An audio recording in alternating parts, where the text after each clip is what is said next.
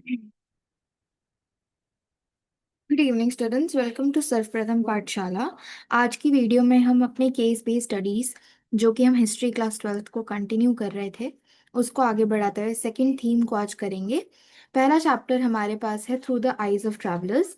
इस चैप्टर में हम पढ़ेंगे कि किस तरीके से जो कि फॉरेन ट्रैवलर्स थे उस टाइम के, for example Al Biruni, Ibn Battuta and Francois Bernier, इन्होंने इंडियन सोसाइटी को डिस्क्राइब किया है। पहले हम देखते हैं कि किस तरीके से इस पैरा में उन्होंने उसको मेंशन किया हुआ है। Francois Bernier, a French traveller, visited India during the reign of Aurangzeb. He compared the Mughal Empire with the European kingdoms. Bernier argued that since all land belonged to the king, there was no private property in land.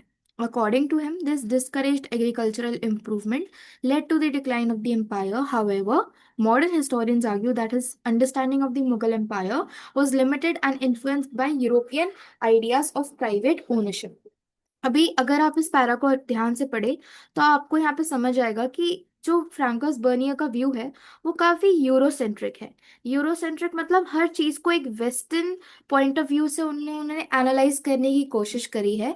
हमेशा जो भी comparison होता है यहाँ पे, every time they do it with their own nation और their own country to make the other country a less smaller or a less little not like better than their own country. So यहाँ पे उन्होंने अपनी country को supremacy देने के लिए हमारी कंट्री को या हमारे लैंड को अपने से कंपेयर करते हुए बुरा बताया है, एक अनऑर्गेनाइज सेक्टर दी बताया है कि इंडिया में लैंड जो था वो प्राइवेटली ओन्ड होती थी, प्राइवेटली ओन नहीं होती थी, सिर्फ किंग ओन करता था, इस तरीके से।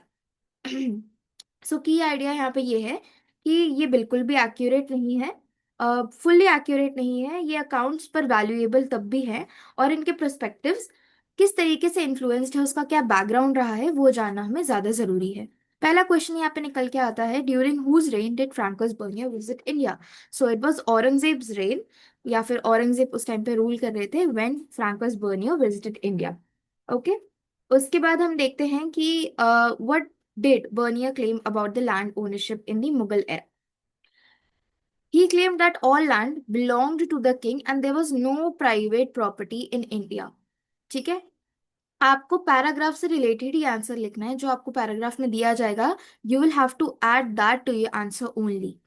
थर्ड क्वेश्चन पे आते हैं, why do modern historians disagree with Bernier's interpretation and explain? Modern historians ये कहते हैं कि बर्नियर ने मुगल रेवेन्यू सिस्टम को मिसअंडरस्टूड किया, लैंड राइट्स को वो कॉम्प्लेक्स समझते थे और ऐसा मानते थे कि पीजन जमींदार्स और स्टेट्स जो थे उन सबको मिलाकर जो है ये लैंड राइट्स बन रहे हैं। His interpretation was influenced by European ideas, of course European ideas को लेके चल रहे थे वो। सिर्फ इंडिया को नहीं देख रहे थे, वो इंडिया को कंपेयर कर रहे थे, इंडिया को समझ नहीं रहे थे, वो उसको कंपेयर कर रहे थे। ये हमें ज्यादा समझना जरूरी है यहाँ पे। और साथ ही साथ इसलिए उनकी जो इंटरप्रिटेशन या फिर उनका जो पॉइंट ऑफ व्यू है वो एकदम एक्यूरेट प्रेजेंट नहीं होता है in terms of Mughal system. हम अपने नेक्स्ट चैप्टर पे आते हैं, दैट इज भक्ति सूफी ट्रेडिशंस। सो हम अपनी सेकंड केस स्टडी को पढ़ते हैं। इस चैप्टर में हमें रिलीजियस रिफॉर्म मूवमेंट्स के बारे में पता चल रहा है जो कि उस टाइम पे इमर्ज हो रहे थे।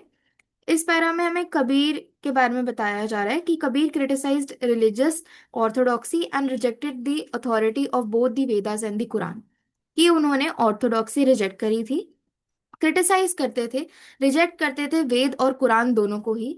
और वो एम्पथाइज मतलब वो फॉर्मलेस गॉड में ज्यादा बिलीव लगते थे। उनका मानना था कि भगवान एक है एंड भगवान का कोई शेप या कोई स्ट्रक्चर नहीं होता, गॉड इज फॉर्मलेस। और उनके टीचिंग्स जो है वो सिंपल लैंग्वेज में थी, तो लेटर ऑन जो भी लोग उनके साथ जुड़ रहे थे उनके लिए इजी था, या फिर उस टाइम पे भी जब भी अपनी टीचिंग्स देते थे तो लोगों के लिए ज्यादा इजी था उनको समझना, उनसे रिलेट करना और उनको रेगुलेट करना भी, उनको प्रैक्टिस करना भी। Kabir's ideas influenced both Hindu and Muslim communities. दोनों ही आइडियाज जो थे उसने हिंदू और मुस्लिम कम्युनिटीज को इम्पैक्ट किया था कबीर के आइडियाज ने। साथ ही साथ इनकी जो सिंपल लैंग्वेज में लिखी गई है जो भी टीचिंग्स थी उनको कंपाइल कर कर एक कलेक्शन बनाया गया है जिसको बीजक बोला जाता है। पहला क्वेश्चन हमारे पास आता था कि कौन सा सैक्रेड टेक्स्ट कभी रिजेक्ट करते हैं, दैट इज वेदास एंड कुरान्स। उसके बाद कलेक्शन जो उनकी टीचिंग्स का है, उनको क्या नाम दिया गया है, वो है द बीजक। एंड थर्ड क्वेश्चन है, how did Kabir teaching challenge religious orthodoxy. Kabir reject करते थे रिचुअल प्रैक्टिसेस को, रिलीजियस डिविजन्स को, और एम्पथाइज करते थे फॉर्मलेस गॉड के ऊपर, एंड ट्रू डिवोशन में वो बिलीव रखते थे कि इंटरनल प्योरिटी या फिर internal devotion matters more than the external rituals. And he questions the authority of priests as well. Priest यहाँ ब्राह्मण्स की बात हो रही है, ब्राह्मण्स की अथॉरिटी पे क्वेश्चन कर रहे थे, साथ ही साथ उनकी जो रिलीजियस प्रैक्टिसेस थी उस पर भी। नेक्स्ट चैप्टर पे आते हैं हम, that is an imperial city Vijayanagar.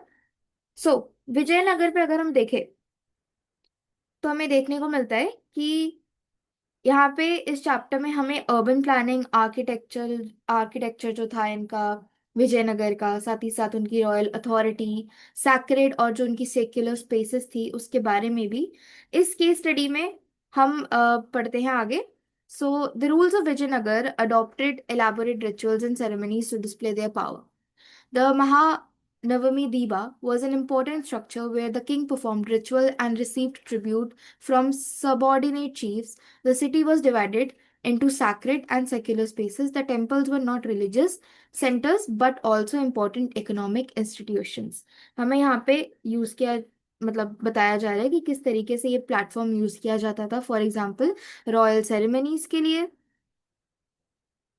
उसके बाद ट्रिब्यूट डिस्प्ले करने के लिए, साथ ही साथ मिलिट्री स्ट्रेंथ दिखाने के लिए, और पब्लिक रिचुअल्स को प्रैक्टिस करने के लिए भी ये प्लेटफॉर्म यूज किया जाता था। ओके, सो अब हम आते हैं कि किस तरीके से यहाँ पे आर्किटेक्चर को पावर की तरह यूज किया गया है, कि पावर डिस्प्ले के लिए आर्किटेक्चर को यूज किया गया है यहाँ पे। सो आपको सबसे पहले पूछा गया कि सबसे इंपॉर्टेंट स्ट्रक्चर कौन सा है रॉयल सेरेमनीज से related in Vijayanagar, that is your Mahanavami दीबा।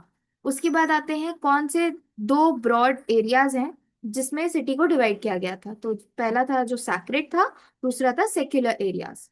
थर्ड आते हैं, how did monumental structures help in strengthening the royal authority. किस तरीके से जो रॉयल्टी थी विजयनगर की, जो इम्पोर्टेंस थी वो बढ़ाई गई है।